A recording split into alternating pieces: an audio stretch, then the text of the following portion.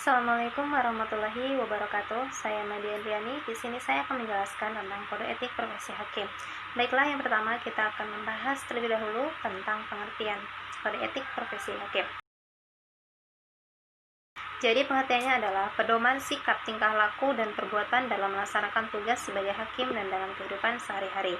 Selanjutnya, sejarah kode etik hakim di Indonesia. Sejarah kode etik hakim di Indonesia pertama dimulai ketika diadakan Kongres 4 luar biasa IKHI tahun 1966 di Semarang. Dalam kongres ini berhasil disepakati kode etik hakim Indonesia yang disempurnakan dalam Munas ke-13 IKHI tahun 2000 di Bandung.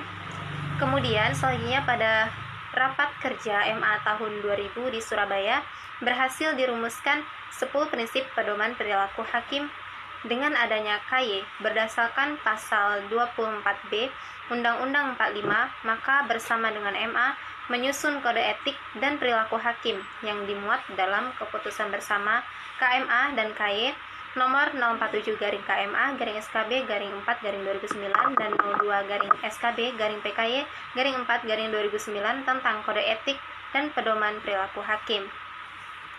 Selanjutnya, prinsip-prinsip dasar kode etik dan pedoman perilaku hakim. Yang pertama, berperilaku adil, jujur, arif dan bijaksana, mandiri, berintegrasi tinggi, tanggung jawab, menjunjung tinggi harga diri, disiplin tinggi, rendah hati, dan profesional. Kemudian, adapun hal-hal yang tidak boleh dilakukan oleh hakim, di antaranya.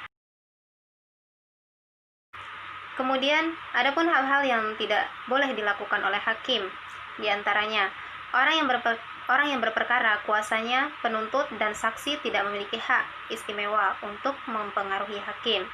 Tidak boleh membeda-bedakan orang yang sedang berhubungan dengan pengadilan. Hakim tidak boleh berpihak, tidak boleh meminta atau menerima hadiah.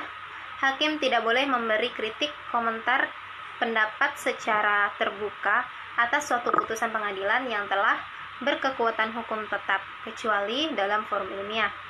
Tidak boleh menjadi pengurus atau anggota partai politik.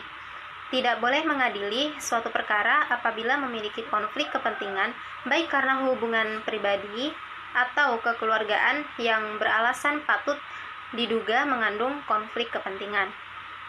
Tidak boleh mengadili perkara apabila memiliki hubungan kekeluargaan. Tidak boleh menyalahgunakan jabatan untuk kepentingan pribadi. Tidak boleh mengungkapkan informasi yang bersifat rahasia. Dilarang terlibat dalam transaksi keuangan dan transaksi usaha yang berpotensi memanfaatkan posisi sebagai hakim.